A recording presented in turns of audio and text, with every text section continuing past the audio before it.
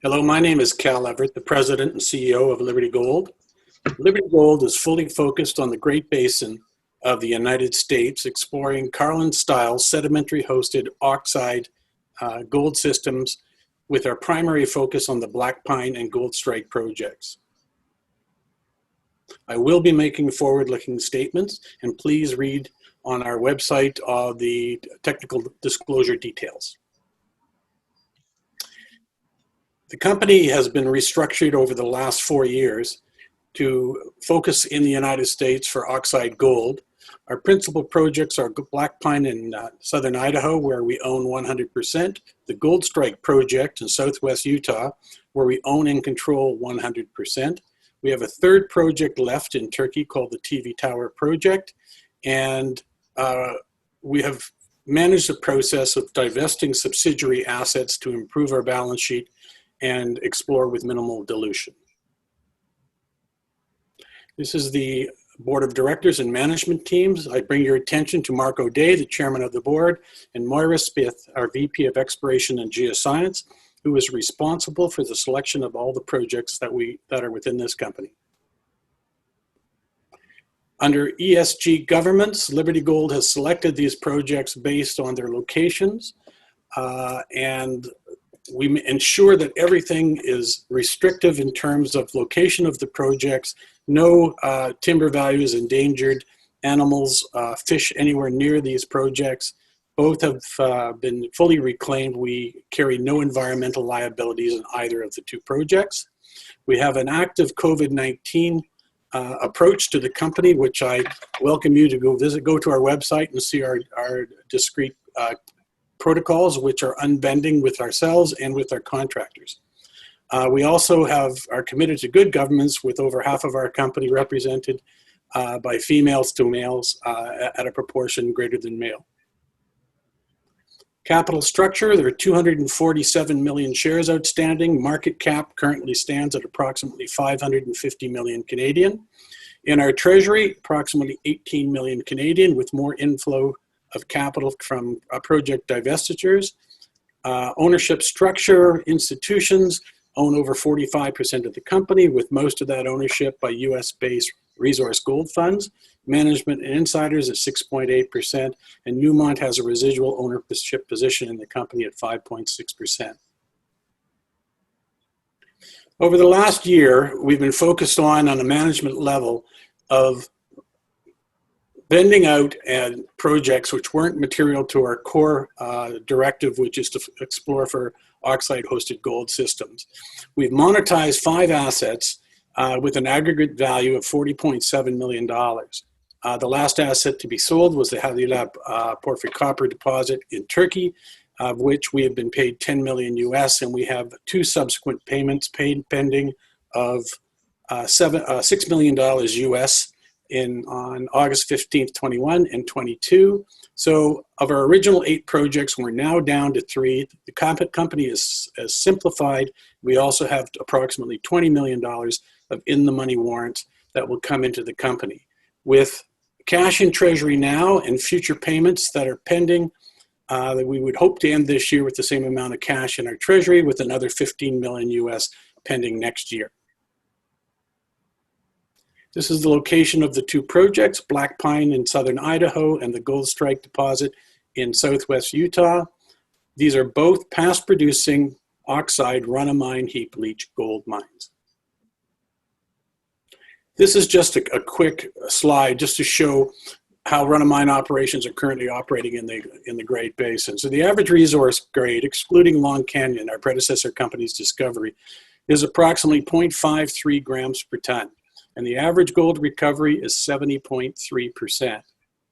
Liberty owns 100% of the Goldstrike project. It's got an average grade of 0.5 grams, but a higher recovery of 78%, and the new, substantially larger BLACKPINE discovery, as it stands, looks like it's going to be mostly run-of-mine and partially crush.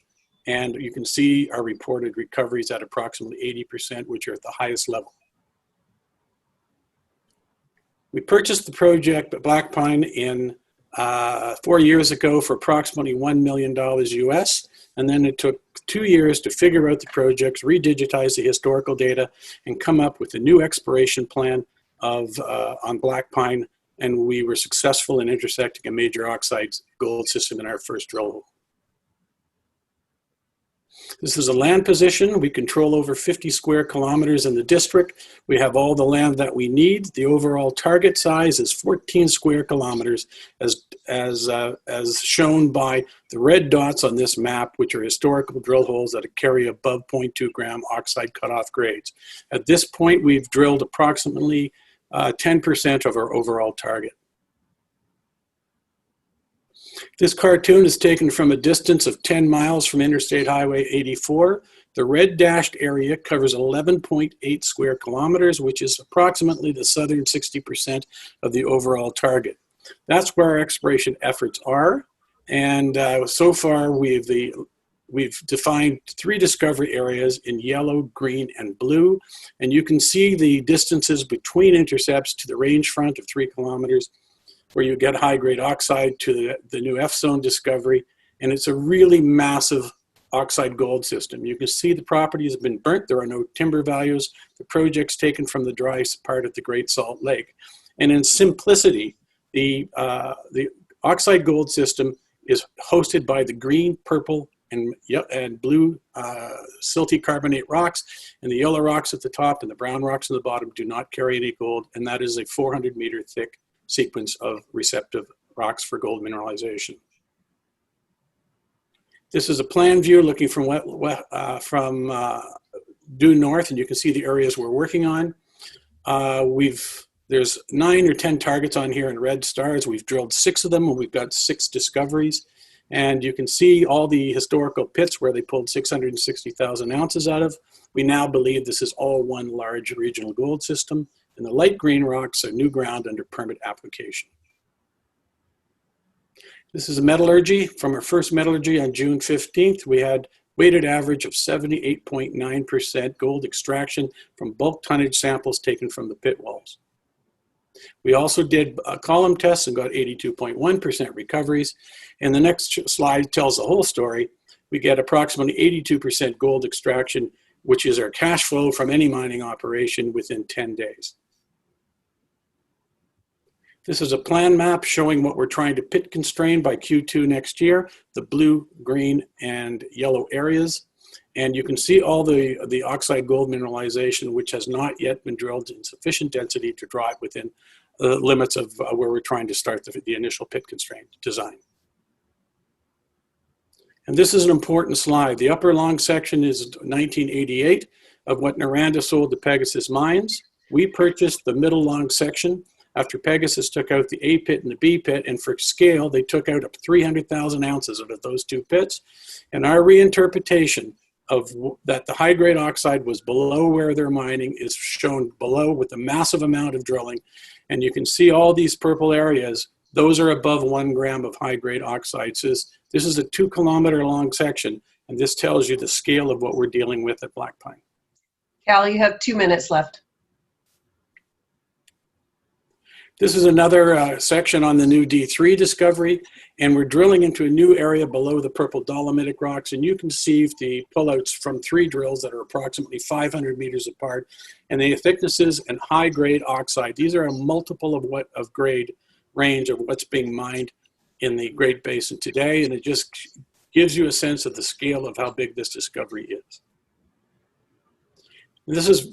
We're going to telescope out again. Now this is 2.5 square kilometers. So our targets are the greenish rocks above the purple dolomites and the blue rocks, which are the same rock type, and how that massive area of that blue color-coded decalcified siltstone covers about 5 square kilometers, which has not been drilled as yet. And this is the last slide. And what the scientists have done is pancake all the drilling together into one line going from northwest to southeast, and you can see in the section how all the gold follows topography.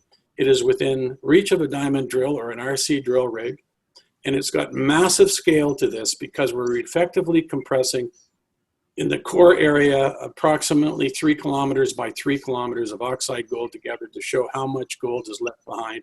in this, this large gold system. And thank you for your time. And if you have any questions at all, please contact us. Thank you.